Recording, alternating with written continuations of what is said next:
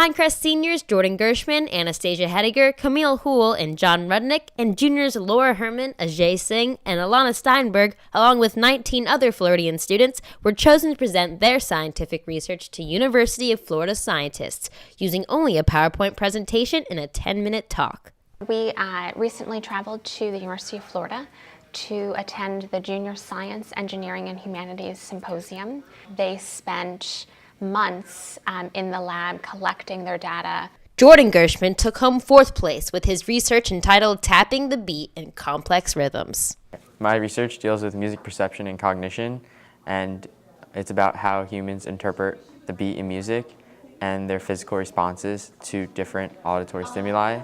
Jordan's interest in music research began while listening to music while running cross-country and track. He was curious how the type of music he listened to affected his gait and the tempo at which he was running. Jordan joined scientists studying similar concepts at Florida Atlantic University.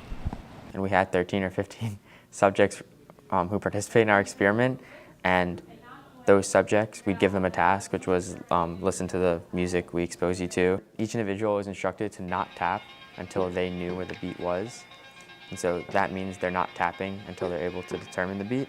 A lot of what I was doing was determining, A, if they're able to find the beat, and if they're able to find it, are they able to maintain the beat as the rhythm gets more complex. So yes, they can find it for a simple tap, tap, tap, but if you convolute that rhythm and make it a lot more complex, are they still able to find it? It's like a terrible part of the song.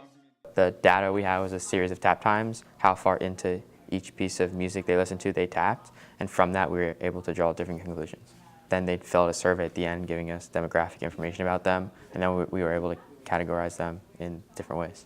I learned that music therapy is an exciting, new, great way to cure some diseases that have plagued mankind for quite a long time, such as mitigating the side effects of Parkinson's and Alzheimer's disease, which is a potential extension of my research.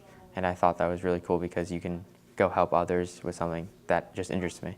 Laura Herman's synesthetic associational patterns between letters and colors won her 1st place in a $2,000 college scholarship. There's something called synesthesia, which is like the blending of 2 different senses. So it could be any 2 senses, like some people can taste music or feel sounds, but the most common type is grapheme color synesthesia, where you associate letters and numbers with colors.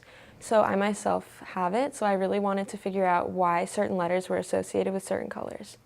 So I found a pattern between color frequency and letter frequency, and then I could develop like a neurophysiological hypothesis of which 2 parts of the brain were connected in synesthetes, or people that have synesthesia. So what I found is that more frequent letters are associated with longer wavelength colors. So a long wavelength color is like red, and then a short wavelength color would be blue, so it's like the rainbow.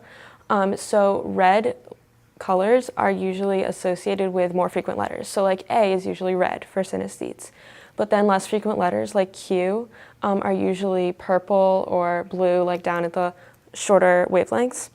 And then because of this, I could look at the V4 and the LMTG, which are 2 different parts of the brain, as being fused because of this excess like neurons.